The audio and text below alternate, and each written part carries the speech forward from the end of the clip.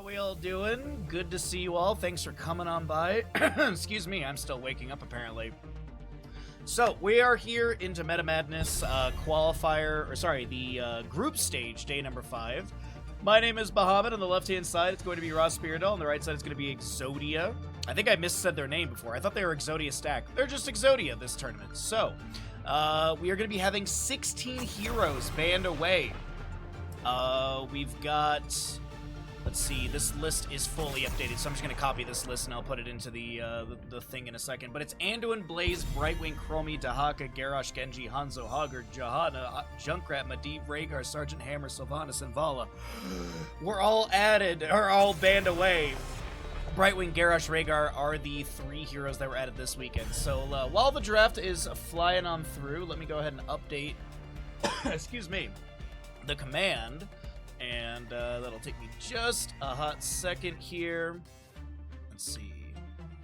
Group stage, day 5 and 6. Update that. Tell Bandit to stop licking his legs. And let's get into it, everybody. So, reckoning is at hand. We do have Blackheart and Sky Temple banned away by RossPierrDoll from the left-hand side. Battlefield of Eternity and Tomb of Spider Queen were banned away by Exodia. The apocalypse has come. That was a very fast Cho'Gall today. What a way to start out a day. We got Cho'Gall in the house. All right, Vikings and Leorc will be banned away. ETC and Cassia banned away by Exodia. First pick Tyrael on the right side. And they're going to get into a Thrall as well. Good poke damage from the Thrall. Percent-based damage as well with Rolling Thunder level 1, Ancestral Wrath. You have Alpha Wolf. This Tyrande pickup is really smart because you have Huntress Mark to reduce armor as well. What a great way to start at the day. Yeah, that's a Cho'Gall to kick things off. But I think the Tyrande's a really smart pickup. The armor debuff, as I mentioned. You've also just got both heroic options are really, really nice. Sentinel to delay out objectives, Lunar Flares. I don't know what direction the Tyrande will be building, but this is already starting out to be a great series to kick off our day. They're going to ban out the Orphea. Disciple is substituting for Bad Benny, so that is a target ban onto Disciple, which is really smart. Disciple has got an insanely good Orphea, and that's Ariel being banned away. That makes a lot of sense. I feel like RossPierrDoll should have anticipated the Ariel to be banned away. But keep in mind, Brightwing and Rehgar are not available. We're going to get a Falstad, but that healer pool is looking a little sketch. You could go White Mane for some armor buffing. You could go Deckard Cain. Potions are really nice. You do have the super potions later on as well. They're going to go for Ana. Nano Boosted Cho'Gall is also a solid option as well, so Ana will be grabbed.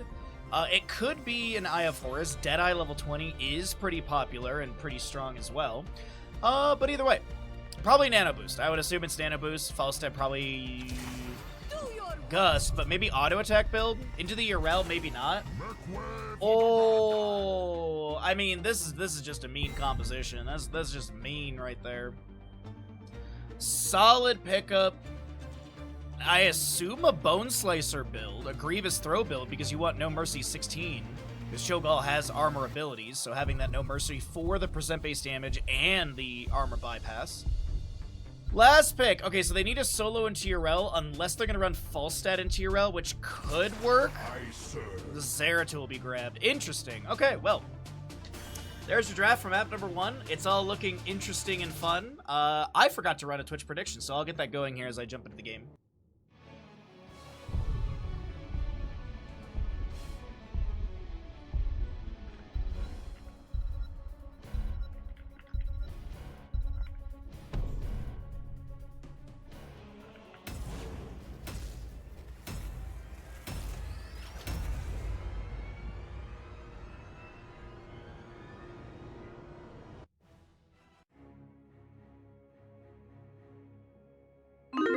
Alright, there we go.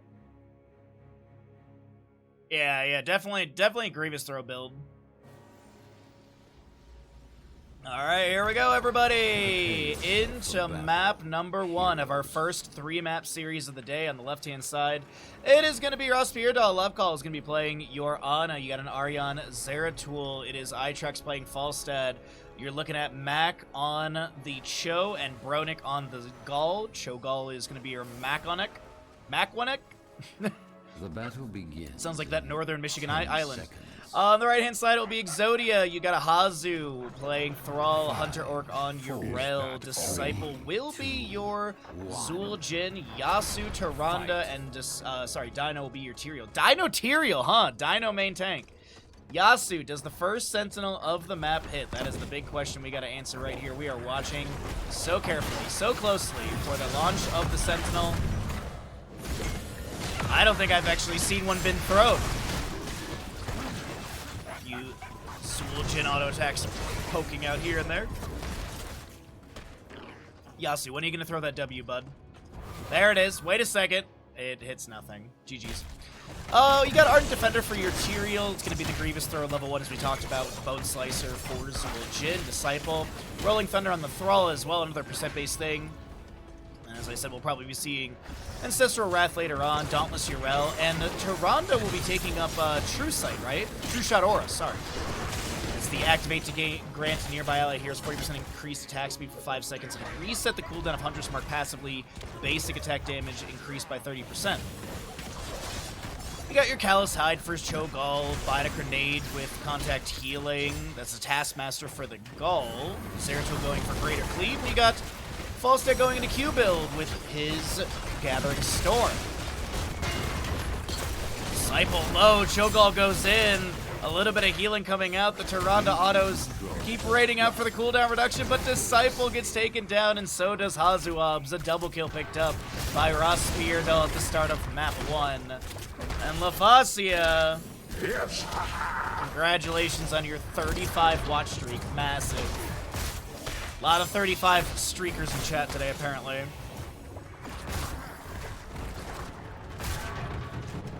Runic Bomb goes out. A little bit of poke onto the Fort Gate, checking back into the mid lane. It seems like Zeratul Falstad are just going to grab the wave really quickly. Urel with her Vindication charged up into the Righteous Hammer, mostly focusing onto the minion wave. Thrall does step out of the bush looking for a Feral Spirit hit. Does get the Chain Lightning dismount in the rotation out.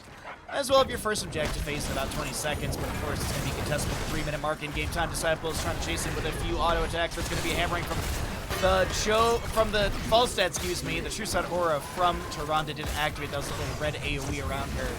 Unfortunately, Zul'jin will be taken down. He's at 5 stacks, so he's building that up at least, but this kind of feels like one of those compositions for both sides where it really comes online around 13-16 area.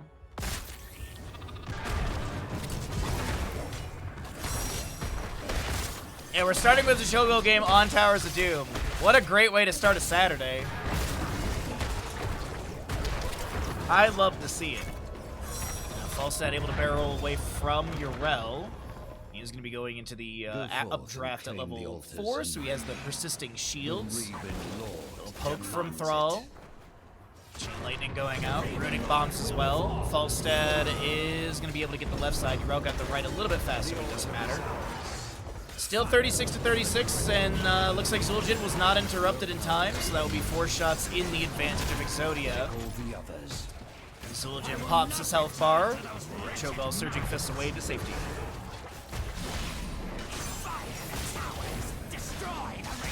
Some more pokes out from Falstad. About to get to his 30th stack, so he'll have his increased jump in damage, but then persistent scaling. There's some pings onto Cho'Gall. The Righteous Hammer does connect. There is going to be some healing coming through, and Cho'Gall seems to be doing okay, but he's going to need to get that shove as Dino wants to chase in his Tyrael. Cho'Gall going to heal up a little bit in these auto attacks. That's the Surging Fist again once more. Couple autos from Zul'jin poking here and there. Red Orbs thrown in as well to try and clear out the wave. Unfortunately, it looks like all 3 sappers are going to be able to make their charge into the structures. Cho'Gall with the Surging Fist out, going to look to take down Cho'Gall, and that'll be Falstad taking credit for the kill once again. Anti-healer level 7 for the Ana, by the way, is a 2.5 second healing debuff, which is massive. We never see double trouble, but quest, if Shadow Flame hits an enemy hero that is afflicted by Cho's consuming blaze, its cooldown is reduced by 0.5 seconds. After hitting 20 heroes, Shadow Flame's cooldown is instead permanently reduced by 0.5 seconds. You got Boomerang for Falstad level 7. He's going to barrel roll in. Big damage onto Yasuo as Hazu, Thrall, is able to Wind Fury and back away. Gets a Chain Lightning hit. 2 stacks on that level 4 for Hazu here. As we have a double objective phase coming up. We do have Zeratul doing some double soak stuff, but right now the bottom lane is going to be the real treat to watch with this Cho'Gall. Cho'Gall versus Exodia. Zeratul trying to lay out Tyrael around the center objective. Ana will be able to get the bottom channel uninterrupted by that Sentinel. Is there going to be a way to deny Dino? Unfortunately, the Shadow Flame doesn't come out in time. Dino chasing with a few autos. He's got, he actually went into Purge Evil at level, he's full auto build actually, excuse me, because he went into Divine Vigor at level 4. Smites hits an enemy, Tyrael basic attack within the next 4 seconds, deals 70% of the damage dealt. And then each hero hit by Smite increases hero basic attack damage by 60% for 4 seconds. This Cho'Gall almost taken down by Zul'jin. 500 health, but the Ogre will be able to retreat back into bottom lane. Does look like Ana may get taken down by Tyrael as he dives in deep, and that will be the first kill for Exodia. But Dino, will he be punished for this? Indeed he will. There's going to be a Shadow Stalk from Tyrande, the Surging Fist, and Tyrael gets damage onto the wave, but I don't believe he got any death time reduction. Also canceling flight there. It is Gust twisting Nether VP. Nano boost to Twilight Hammer as the Gust is going to be utilized to push back the enemy and deny bottom lane Bell Tower converted. Next objective phase will be top left and right. We also do have Heroics on the right side. It would be your Judgment, Tostingo, Sundering, Shadow Stalk, as you did see that activated just after Tyrael was taken down, and Ardent Defender for the Urel. As we do cycle through the other numbers, I'm sure you're curious about the early game stats so far. It's a 4-point game, 28-32, favoring the members of Exodia. Nano boosted Cho'Gall. There's a Judgment onto the Ana in the back line. The Sundering comes out as well. The Twisting Nether. Cho'Gall is not getting that much value. Thrall does go down. 430 HP on the Cho'Gall as he looks to back away, but Zul'jin has one more axe to donate, and that'll take down the big double trouble lads. And then this double objective phase coming up next. It's looking pretty promising for Exodia to be able to get 10 shots in. I'm thinking they can get bottom Bell Tower converted. That Gust actually pushing back the enemy was kind of a mistake, because letting the enemy team get the Bell Tower converted would have given the time to get it back in control, but Heine Sights 2020 as Zeratul will get a delay on the Hunter Orc. We have Thrall respawning. He's back on the right side.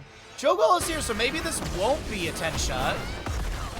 And it might just be a 3 to 5 trade. Oh, wait, no, I think I saw Sappers go over the wall, too. I want to say I saw a few Sappers get over the wall. I did not see exactly. What is my stream preview at? I can't see it. The quality's so low. But either way, it's going to be an 8-point difference between the two teams. Favoring the members of Exodia. 13 talents here on the horizon from these later kills, as well as the Bell Tower conversion bottom lane. Sleep Dart goes out. Surging Fist charged up. Biotic Grenade thrown out. Disciple is just harassed, but that's really about it. Falstad was 65 stacks. Zeratul is going to be able to jump on the Hunter Orc, but the Hand of Freedom will be activated, and Urel is going to be able to get away. What is the Zeratul ult? It is Void Prison. VP. The 5-second stasis. What's up, Divine? How you doing today, bud? Excuse me.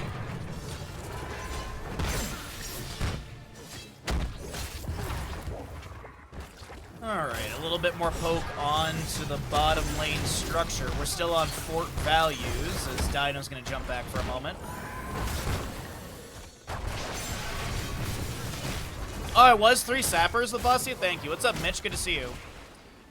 Honestly, Mitch, I don't remember. I have to be honest, I don't remember last week. With the Thanksgiving thing and everything and traveling, this week has felt like 2 weeks in one. So I'd have to look at the Wikipedia, or the Liquipedia after this game. But speaking of this game, Thrall does land a root onto Cho'Gall in the bottom lane for his first stack again on the level 4. We do have single objective in the center of the map. This is going to be Cho'Gall trying to step up into the bottom lane structure, which is... What? Welcome. My alerts are working? Rav, thank you for the raid, bud. How was your stream? The last time I was peeking into it, I saw that the games were not favorable in your way, but hopefully you got a couple wins in there. Thank you for the shout out, Ash Mantle. I appreciate it, and thank you, Rav, for bringing your friends over here. If you are new to the stream, welcome on in. Drop a follow, hang out with us. We do a follower mode, but that just helps us get rid of bot stuff, and it makes my mods' life so much easier. Less bots, less intrusive stuff in chat. But thank you again, Rav, for the raid. If you got to get out of here and eat some pizza, I 100%. I'm jealous. Tyrael Judgment's on to iTrax, who gets the barrel roll, but Tyrael had the Eldruin's Might to back away, so not that big of a deal. It was an exciting moment, but it all just kind of, it looked more flashy than the moment was. Cho'Gall does run down Tyrande, so he's going to get hit with a Sundering. We do have the multi-block from Cho'Gall activated. I thought I saw Twisting Nether, but it's still on cooldown. Surging Fist onto Hazuabs. There's going to be that Dread Orb. Hazu getting low, lands the Root, the Ensnare from Cho'Gall, or sorry, from Zul'jin as well. Thrall does get taken out. Falstad barrel rolling in for aggression. Yeah, I understand, Rav. Well, I hope you feel better, bud. If you need to get some sleep, if you got a post-stream and stuff, I understand. But hopefully your day improves, and the games were just the lowest part of it. Thanks again for rating, bud. Yeah. Divine. Void Prison is not like hero. It's not team dependent in the sense of everyone can be afflicted by VP. Allied structures. Zeratil's the only one that's unaffected by Void Prison. But literally in some compositions, when teams go into Juice Pirates, you know this, invite you. What? Because he paid me African fortune, you moron. You got paid? 33 years. It's a lot of years. Devastating for the tier 1 for 33 years. I appreciate that, bud. But either my short point is VP can be considered a tool to deny Juice Pirates, because you can VP your structures and slow down the enemy attack, because your structure gets stasis as well for 5 seconds. That was the point I just wanted to make really quickly. Devastating, thank you again for the tier 1. Broken and Darcy, welcome into the lovely community. Thank you for the follows. I appreciate it. As the Ensnare does land on Cho'Gall, there's going to be a twisting other, but Cho'Gall still goes down on the left-hand side. Arion will not be picked off. The healing dart from Lovecold does connect onto the Zeratul quick enough. And you can hear the Ravenlord and the Gravekeeper arguing. That's because the center teleports have opened up and the structures have been upgraded to keep values. No, like, Mitch. Against Juice Pirate drafts, you could, like, for example, you could use VP to shut down a structure so the enemy team can't race it down. Now, core, yeah, of course, core, yeah. But in all the other maps, you can VP your core to deny the enemy team 5 seconds of damage. Judgment from the Tyrael into the lane. The Righteous Hammer from Urel. The Avenging Wrath comes through as well. Biter Grenade comes down on the ground. There's some armor debuff onto iTrax from the level 16 Templar Verdict of Urel. But they will not be able to take down the Bird Void. Cho'Gall comes in with the Surging Fist. There's going to be a bit of damage into Dino, as he'll be able to use the Eldruin's Might to back away. The right side camp will not be invaded in time. Cho'Gall still running at the enemy. 19 stacks, by the way, on that level 7. The unique one we never see, which actually just got completed. The Ensnare goes out. VP onto 3. Runic Bomb goes in. Cho'Gall nano boosted. Thrall, that's a Tostingo right there on the left-hand side. Twisting Nether is going to be activated. Boom goes the Dynamite, as that'll be Zeratul taken down. Zul'jin taken down, sorry. Zeratul jumping in once again to the enemy team, as we do have a single altar at the bottom of the map. 4 to 4 shots in the potential market. We do have a multi-block from Cho'Gall into an immediate Lunar Flare. That reduced Cho'Gall model size is going to be from the level 13 Harsh Moonlight of Tyrande. And the Zeratul jumps back in. He does have that little red mark, which is the Huntress mark from Tyrande, but Zeratul seems to be fine. As Tyrael jumps back in with the Eldruin's Might, he's going to use the Sword of Justice on the 13 to teleport back again. And Falstad is interrupted by Hazu, who gets hit with a Twilight Hammer into the corner. Going to try and run away. The hammering from Falstad pretty good. Hazu does finish out his level 4, as Lovecold, the Ana, with not a whole lot of mana, is going to try and get this channel, and she will be able to do so. It's a 10-point game, 10 to 20, favoring the members of Exodia. RossPierrDoll look to back away. Has anyone tried to block shots with VP? I don't think so, but the core is also labeled invulnerable, so I don't think it would be VPable right now. That's probably why it's set to invulnerable on this map.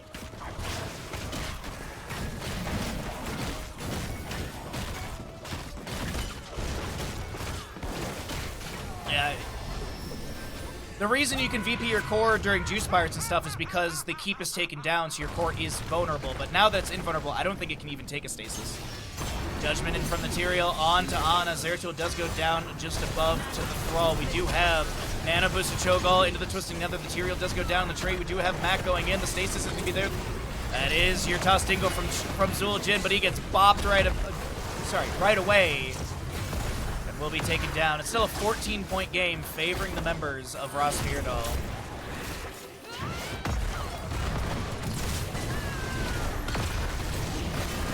It's going to be a little bit of more poke here and there. Yeah, even if you time stop, the shops would just, yeah, exactly. But I don't think you can stasis an invulnerable core either way.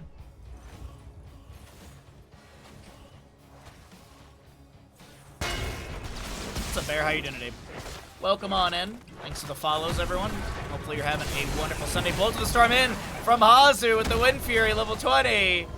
Cho'Gall trying to use them fast feet to back away, but Thrall takes down the Ogre. And this might just be a GG objective right here. They only need 2. Tyrael just now respawning. Zul'jin up in 5. Zeratul goes in, trying to lay things out. Falstad gets deleted.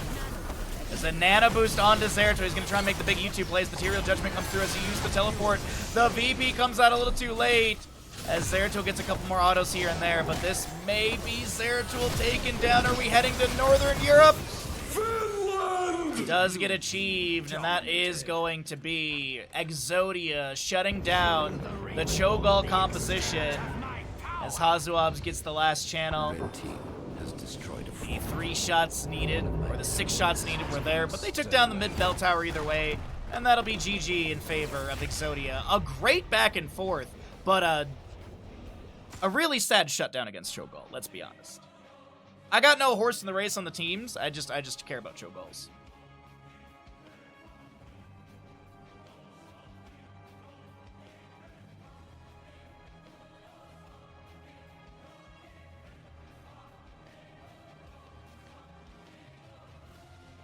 Alright. There's some talents if you'd like to see them.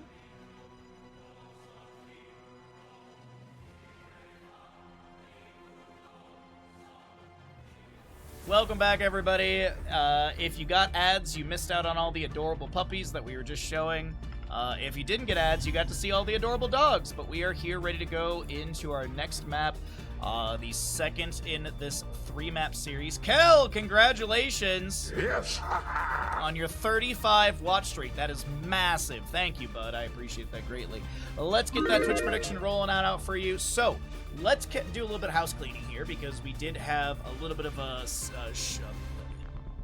tech issue at the start. I had some commands that weren't correct. So, there's 16 heroes baseline ban in this tournament. Restricted, if you will, as this is the Meta Madness style of draft. The 10 heroes we just previously saw, Cho'Gall, Tyrael, Ana, Falstad, etc., on Towers of Doom, will be unavailable. Now, there were bans at the top of the screen like Leoric and Lost Vikings. Those don't carry over. So, we have currently, at the start of the draft, 26 heroes unavailable, plus the another 4. So, basically, when we start drafting, 60 heroes of the 90 will be available. But as I keep saying, the bans at the top of the screen do not carry over. It's just the heroes that are picked and played. So ETC could be played in map number 3. And we are guaranteed 3 maps in this series because it is a 3-map series. So we've got 9 total maps today, and this will be map number 2. Let's see what we got, though, going on. So it is Dragonshire, ETC banned away, Rexar banned away for the solo lane. I mean, ETC is a really good fluid hero in the sense of he could be a bruiser, he could be a main tank, he's got a lot of really good utility as well. Crowd Surfer on this map gets a ton of good utility as Cassia will draw another ban. I believe she was banned out by Exodia last game because, yeah, I think RossPierrDoll got rid of the Leoric and Lost Vikings. But what do we want to see with this last ban right side? I'm trying to think. Really, they'll get rid of the Tracer. I do believe Malfurion is up, and Malfurion's solid, but Medivh is going to be the first pick on the left-hand side. A lot of good mobility with her, Umbral Bind for control and stuff, so I feel like maybe that's the direction they're going. But RossPierrDoll could also just build a dive draft. I think Diablo's up and available and things too, so they could definitely Medivh Diablo. Looks like a Disciple who is a substitute, in case you got rated over and you didn't fully hear everything. Disciple is substituting in for Bad Benny today. That's why you saw Dino probably on Tyrael last game. But Disciple will get their Orphea, and Disciple is such a solid Orphea player. Like, they're good at many other heroes, but watching their Orphea is an absolute treat. I do too, for real. It also, the other thing too, is it standardizes how long the stream day is, because like a 3 maps and Here's the Storm is an hour and a half. It's the rough math you could do is every map with draft and everything is 30 minutes. Grant us strength. So sometimes it goes longer because sometimes you get like 30-minute Alterac games, but I think it's nice to be like, all right, cool. Like my stream day is like 4.5 to 5 hours. That's really good. Versus some days where it's like, okay, we have 2 best of 5s and it's 2 3-0s and 3-0s and we're just done. And I'm like, it's 9 a.m. for me.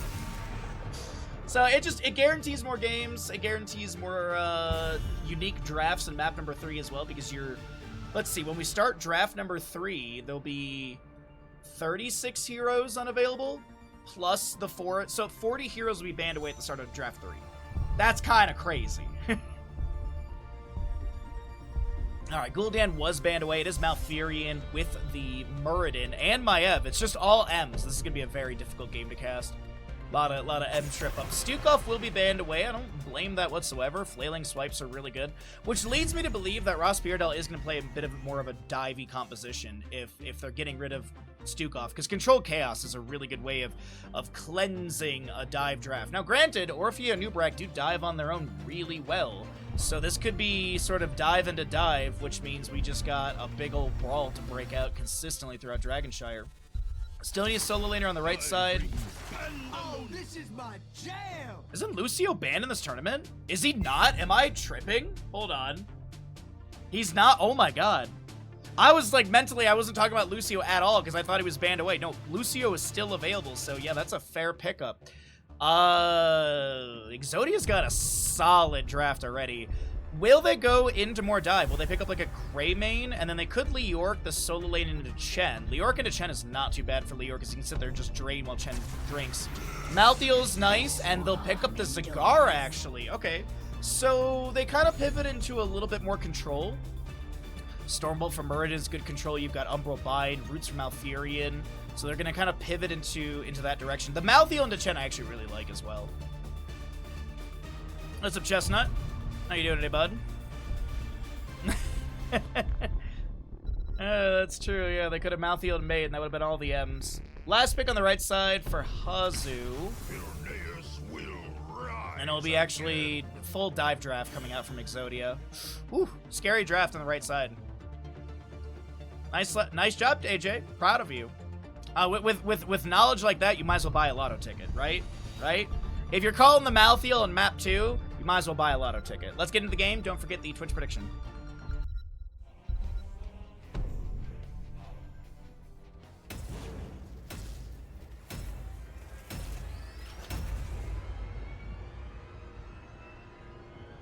That's a cute little emote.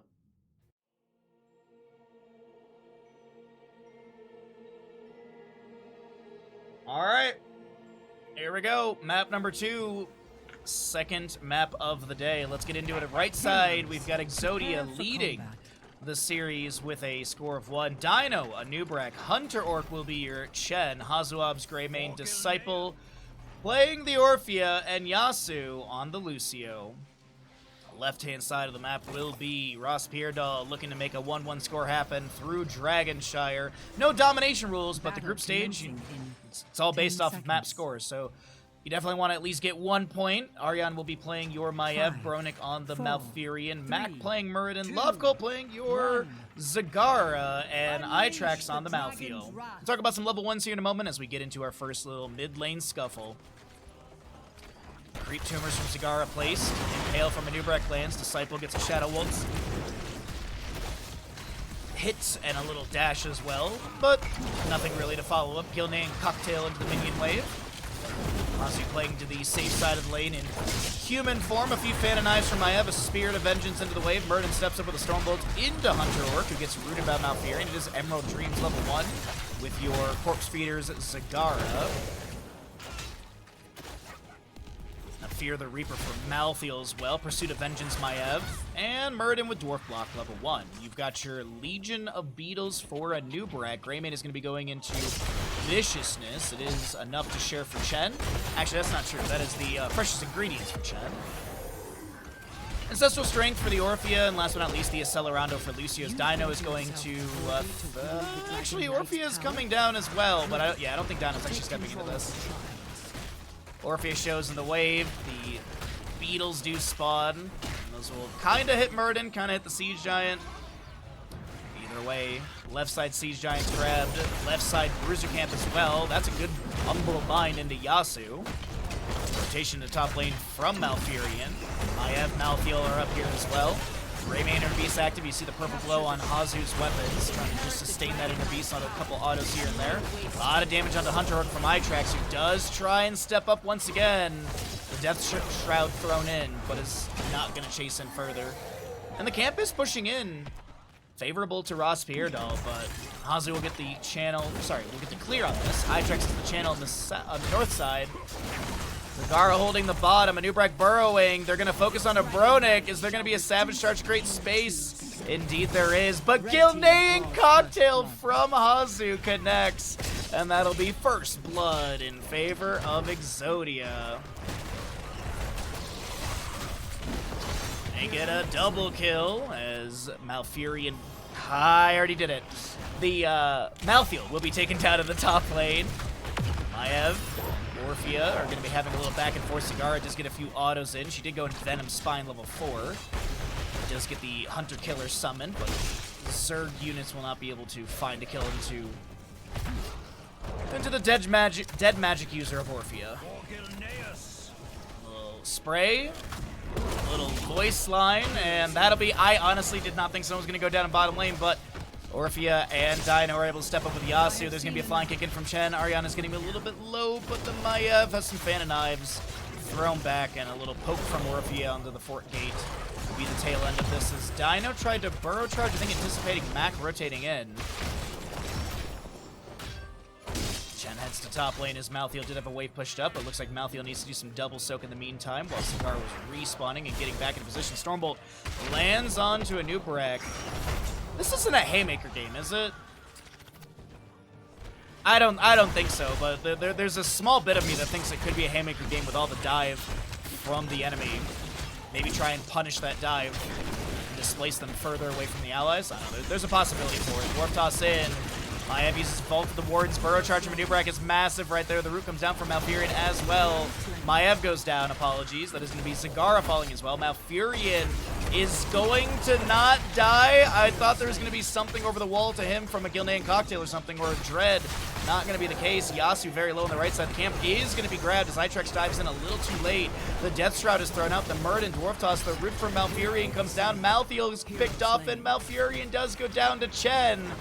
It's a massacre in bottom lane, as there's also a humongous siege wave between Siege Giants, a doubled up minion wave nearly, and Bruiser Camp as well. Burrow charge into Chomp.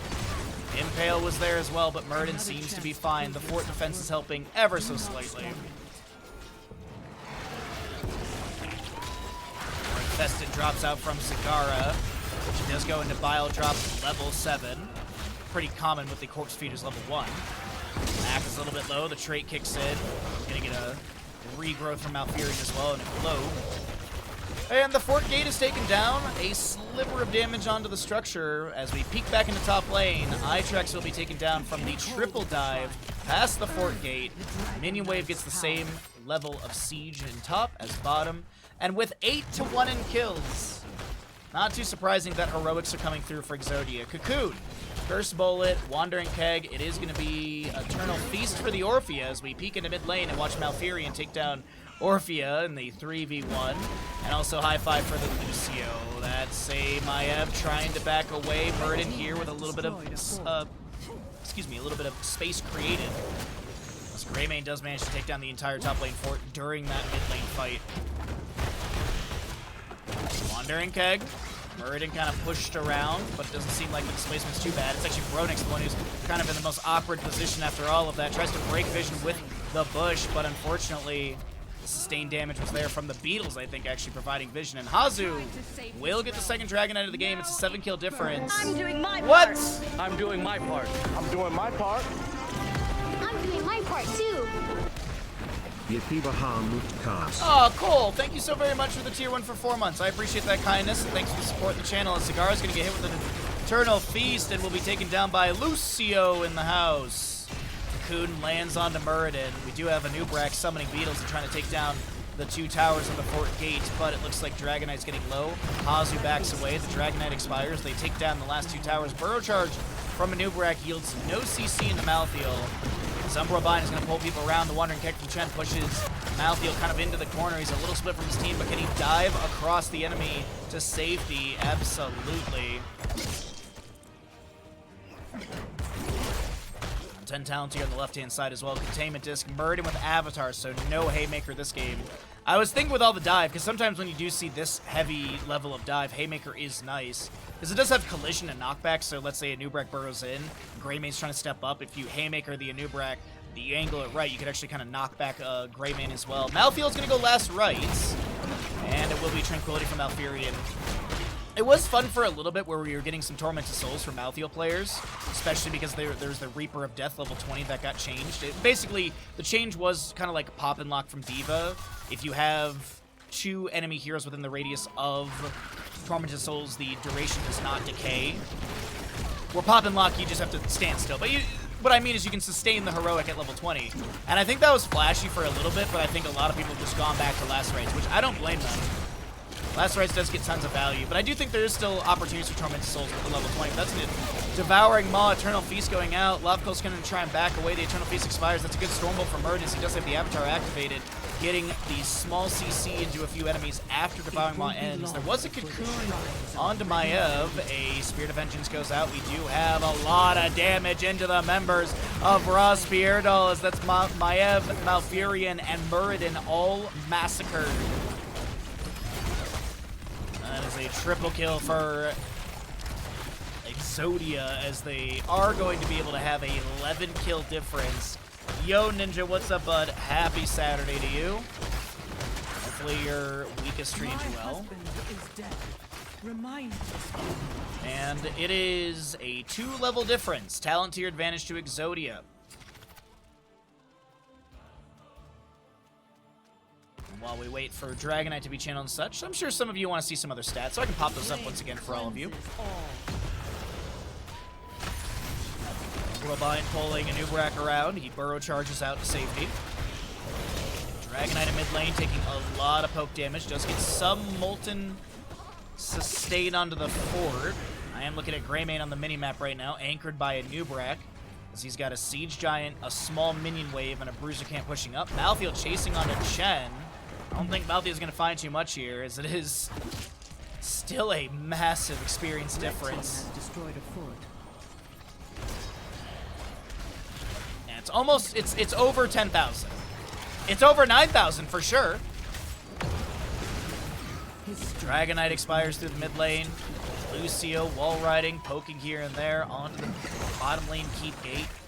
13 does finally roll through on the left-hand side, 16 almost here on the right. So we'll let the stats finish out, and then you guys can see the 13 to 16s between both sides. But I don't see a world where RossPierrDoll plays this aggressive. I really think that they're going to be turtled up for a little bit.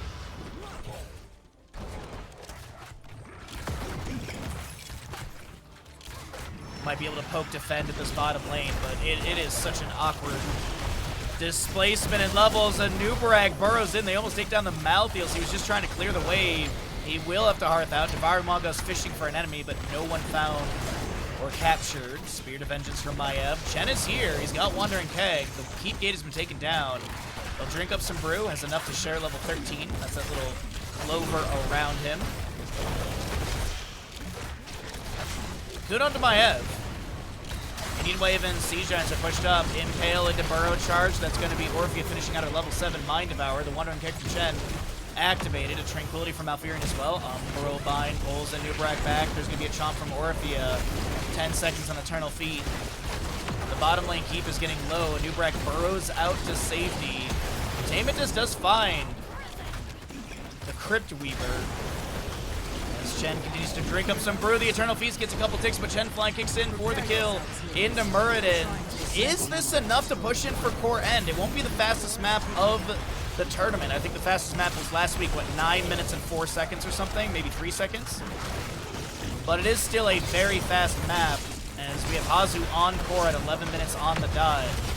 Burrow charge from Nubrak, Cleanse from Malfurion with the Nature's Cure. Force shielding is dropping.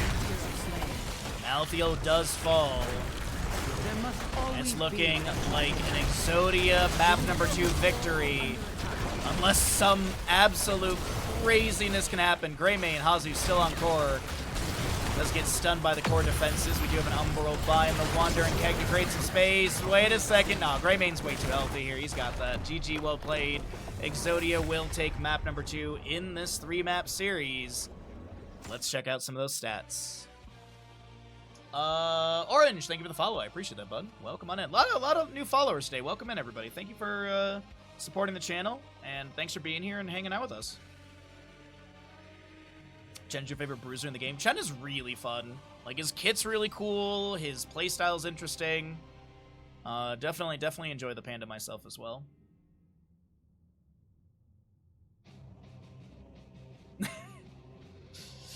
I mean, AJ, what is an M but just an upside down W? I mean, I get the logic.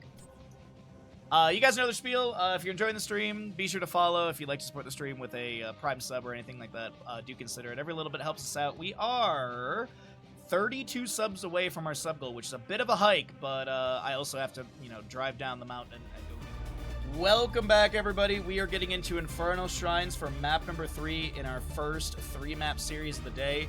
On the left-hand side, it's RossPierrDoll down in this series. On the right, it is going to be Exodia. And this is purely for points in the group stage. I think Exodia sits like at the top. As of the start of today, it's Nameless Kings in first, Gafflo's Girthy Gremlins in second, as the Nameless Kings and Gafflo's Girthy Gremlins are tied. No, not anymore, They were tied at the start of Sunday. Exodia stack is going to be in third place, so this could actually push them into top 2. Yeah, this would push them into top 2 with the current standings. But as I mentioned, there are currently 36 heroes unavailable. We'll have 4 bans at the top of the screen. So when we start this draft, 50 heroes will be available from Heroes of the Storm. As we did get Cho'Gall earlier on. We did get some Muradin. Now, things like Mei, Mal'Ganis, Diablo, Arthas, there's a lot of tanks still up and available. So we'll see what kind of shenanigans are going to come out on this map. Whitemane being removed is a nice little target ban. We do have Tracer coming out as well, or being taken out as well. I'm trying to think, like, what's the direction that you want to limit? Is it the healer pool? Or, okay, they're actually going to get rid of a Samuro here. It's a good map for him. This is also a good map for Abathur. We don't see him a ton, but maybe there's some Abathur shenanigans that could be played.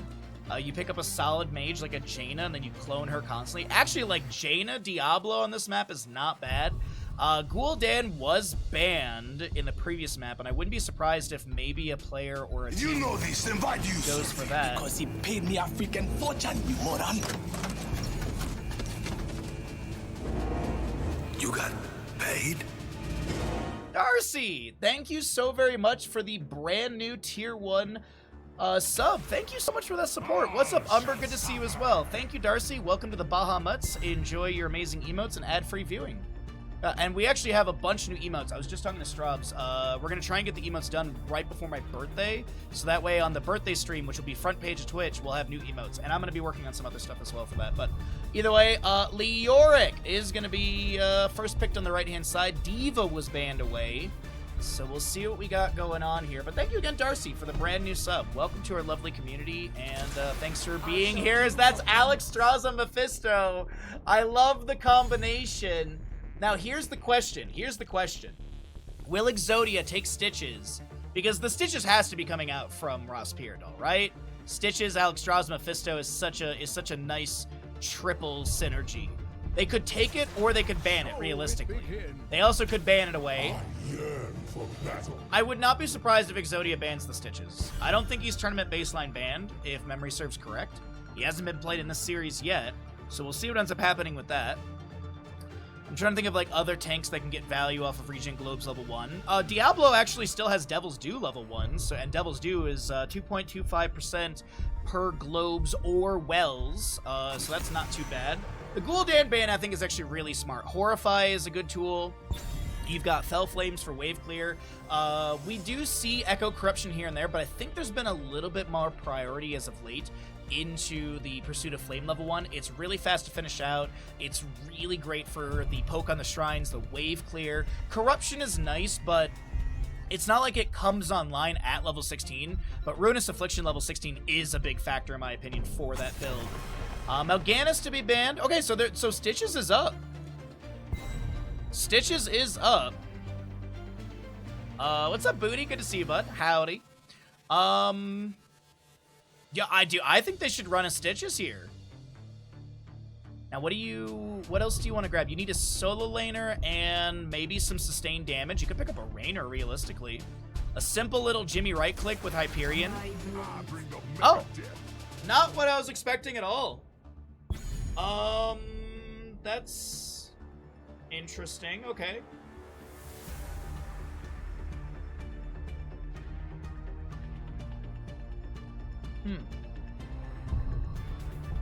So probably main tank ETC, Sonya for the solo, and then they can flex the last pick onto either something bruisery or main tank Imperius, maybe? Oh no, it's main tank Kael'thas, of course. Come on.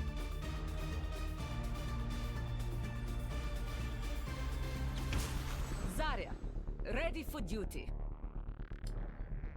I like the Zarya. The barrier's really nice with a lot of the dive damage of the enemy. Cleansing barrier's good. Speed barrier could be huge. I'm not crazy about RossPierrDoll's draft. I think Exodia has the more terrifying. I've got CC, I've got CC, I've got CC, I've got CC. Like, I'm a little afraid of Exodia's draft. Let's get into it, everyone. Oh, and that's the first cup of tea done. Nice.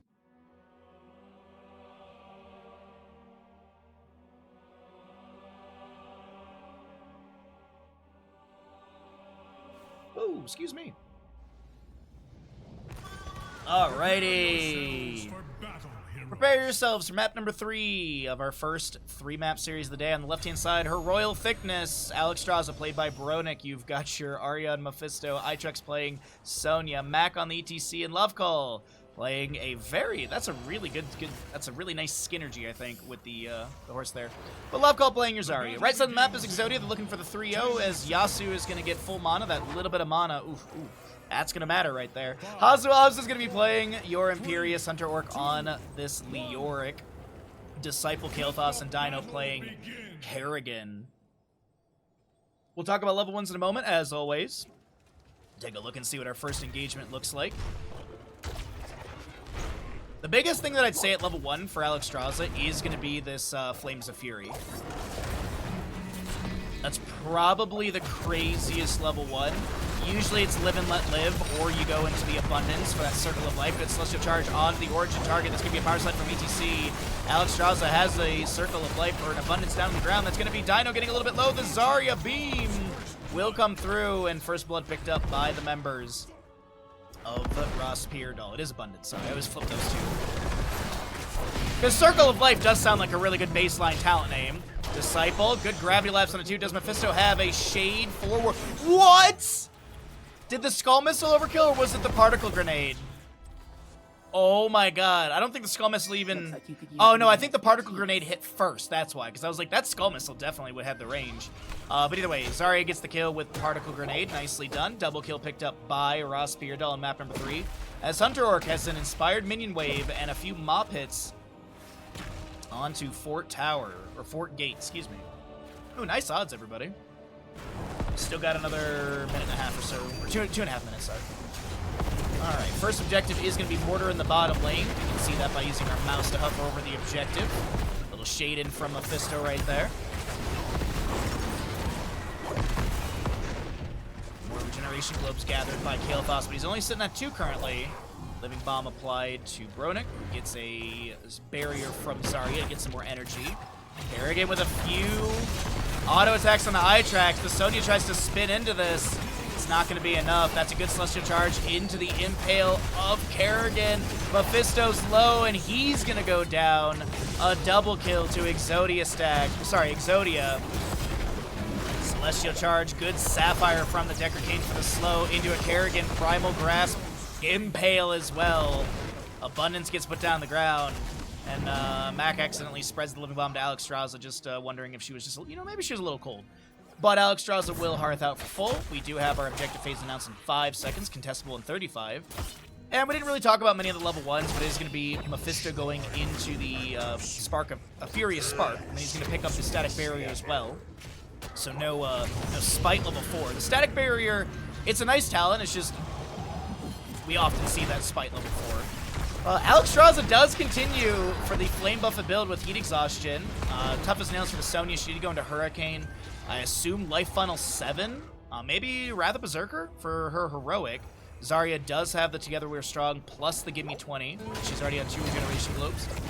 ETC build is looking pretty normal. He's got Block Party level 1. He's going to be going into your loudspeakers, so probably Pinball Wisdom 7. Kael'thas with Mana Addict, as well as he goes into Netherwind. Fury the Swarm plus the Kerrigan. Sharpened Blades already at 29 stacks. She's got a decent way push up onto 4K to top lane. The assumption is the objective will go over the hands of RossPierrDoll, but looking at the objective counter, it's 16, well, it's actually 20 to 18, so it is starting to rise a little bit for RossPierrDoll. And the level 7s will be coming through. The biggest thing to mention is that Decker K level 7 for the Emerald phrase, 75% healing debuff for 4 whole seconds. Celestial Charge over the wall. Imperius is able to back away. The slam from Itrex is not enough, and it is going to be RossPierrDoll with this Mortar Punisher for the first objective of the map. The Fallen Shaman pushed past through the gate and is getting rapid damage onto the main structure of top lane.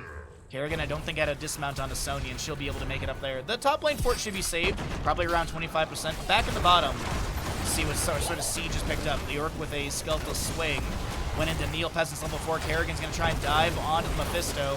We do have a Gravity Lapse into the Impale Celestial Charge, and we're kind of seeing the 1-2 punch of Exodia stack. Or Exodia, excuse me. I'm so used to calling them Exodia stack from other tournaments.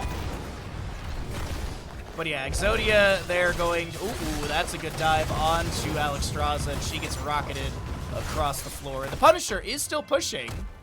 Sonya does save the top fort, as I mentioned, at 25%. She'll soak up in top lane, but with it being 2 to 5 in kills, it's more than a level lead in favor of Exodia here. Let me go ahead and cycle through the other numbers, because I'm sure some of you are curious about the damage healing experiences. We're about to get into 10 talents here at the top of the screen.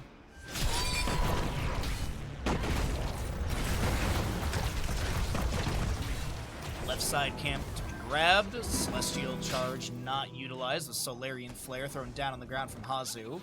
But Kerrigan, Deckard, and Kael'thas are here. Kerrigan looks for the pole, grab, impale, all that good stuff, and is unable to find anything. Hanzo putting pressure onto Mac.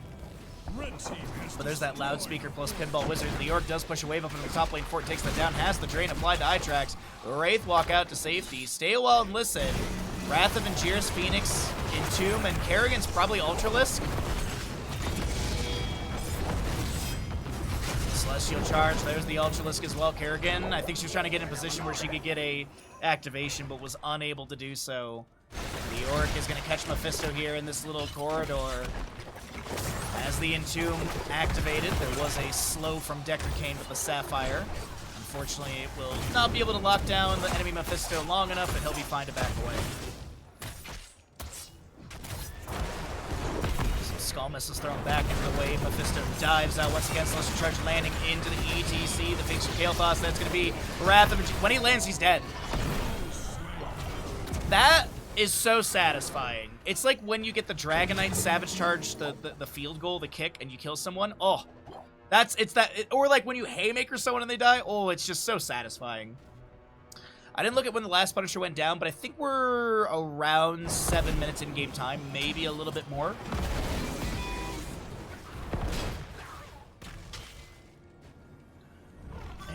Oh, level 7 for Mephisto is that ghastly armor. Okay. Just a little bit of damage reduction against him when he's in the shade form. But right now, RossPierrDoll, they're going to wait for waves to push up against them. They're going to play things a bit safer because they want that 10 to trickle in.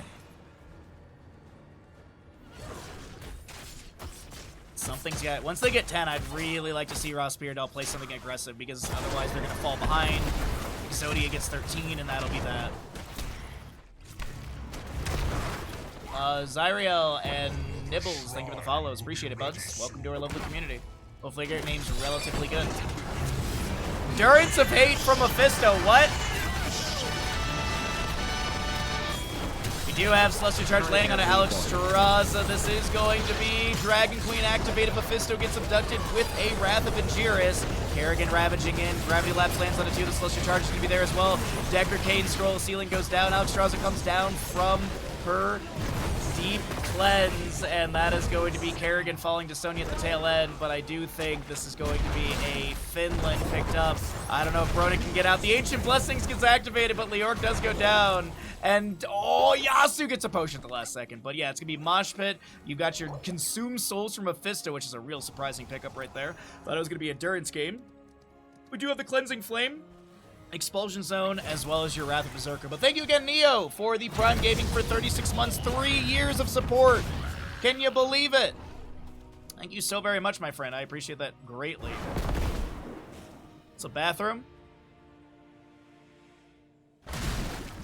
Alright, so last regeneration build for Kael'thas needed for his activation of Arcane Barrier. Power Slide from ETC, Entomb from Leorc, Expulsion Zone goes down, the Phoenix from Kael'thas thrown down as Disciple looks to back away. Scroll of Ceiling the Sapphire Horadric Cube into Scroll of Ceiling. Great damage onto ETC. Kerrigan will take down Alexstrasza, I think in the bottom lane. Drain from Hunter is applied, and Leorc backs away with a Wraith Walk. Dino now going to be coming in, unable to chase onto Zarya. Okay, so they're going to be able to take down mid lane forts. They have a mini wave coming in. Ancient Blessings got activated. You see the Golden Glow. And looks like we have a small pause going on right now. For competitive integrity, we always jump out of the game just for safety purposes. I doubt anyone's going to be jumping in and like, oh, like, where's the enemy on the minimap? I doubt they're going to do that, but, you know, competitive integrity, we always do this.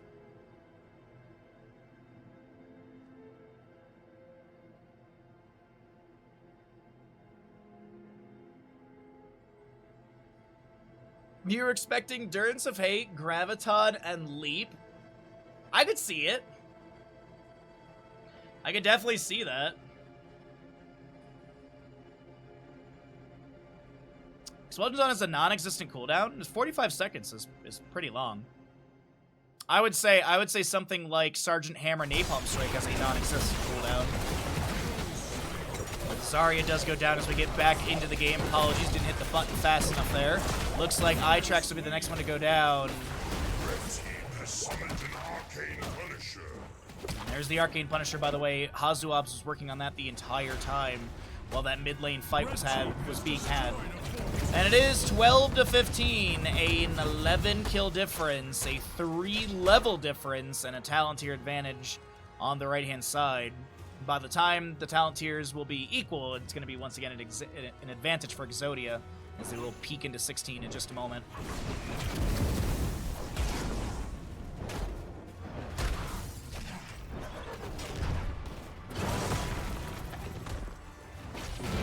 Punisher lands, Celestial Charge comes through, Kerrigan with a Primal Grasp Impale, the Wrath of Angiris, the Ancient Blessings, the Expulsion Zone, and the Phoenix all come down. We do have a Dragon Queen from Alexstrasza activated, the Wrath Berserker from Sonya, but Alexstrasza is the one to go down. Kerrigan pops a Chrysalis.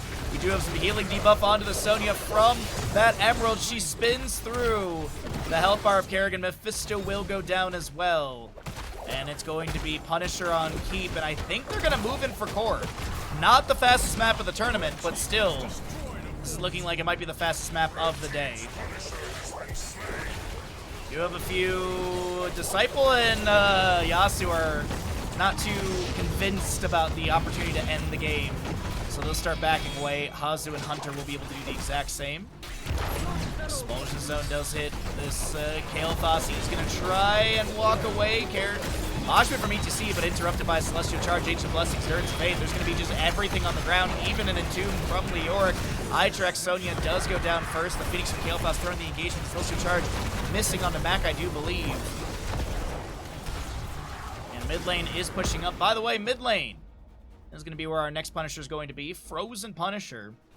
And we're probably like a minute or so away from that objective timer.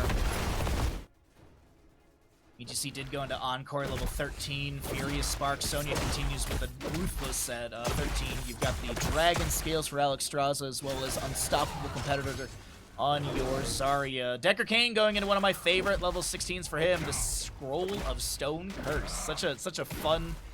It's just nice to see that crit as a healer. It's so nice. You got Painful Spikes for Kerrigan, as well as the Ignite Kael'thas. Spectral Leech and Mithril Mace 13-16 combo is... I mean, if you see Spectral Leech at 13, you expect Mithril Mace 16. There's a very good synergy between the two of them. Celestial Charge build continues for Hazuabs as well.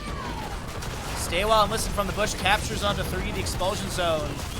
I thought I heard it go out, but it's off cooldown, so I guess not.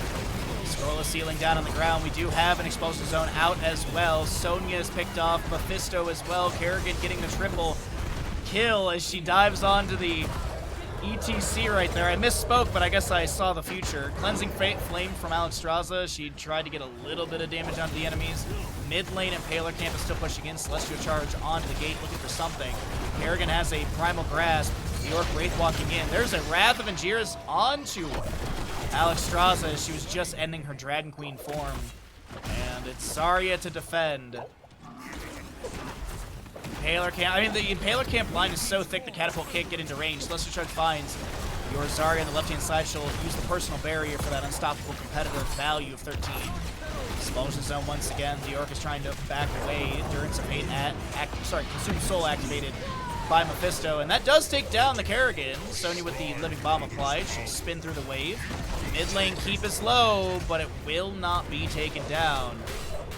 We'll say that's about 5% or so left on it, but there's that mid lane Punisher. With the kill onto Kerrigan, is there a possibility for RossPierrDoll to be able to take an objective, maybe get a couple structures against the enemy? Leoric trying to raid the wall out. That was a really good power slide timing, and Leoric gets taken down. Now, he can cheat death. Maybe check and see how much death he has cheated here, because he jumped from 50 to about 41 real quick there.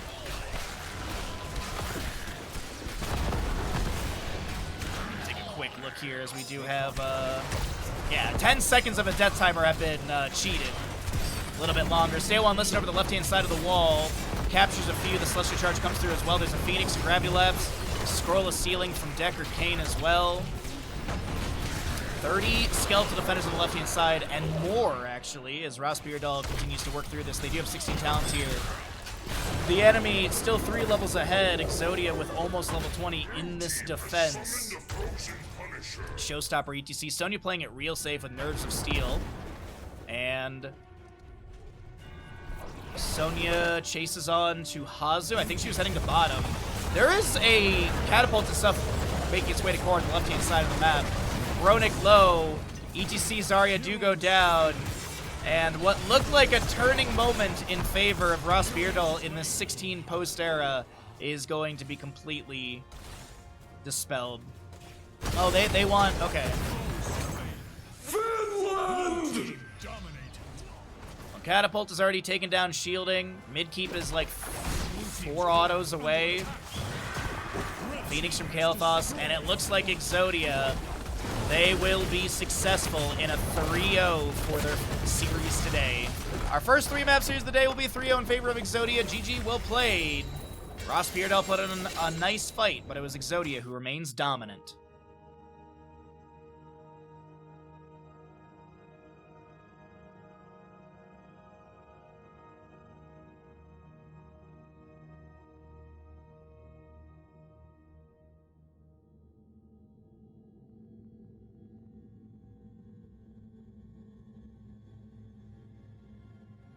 Alright, well, let's get ready for our next series. I will run some ads. We are... Ooh, it's a bit of a climb. We're 40 subs away from our Christmas tree for the Yule Log stream.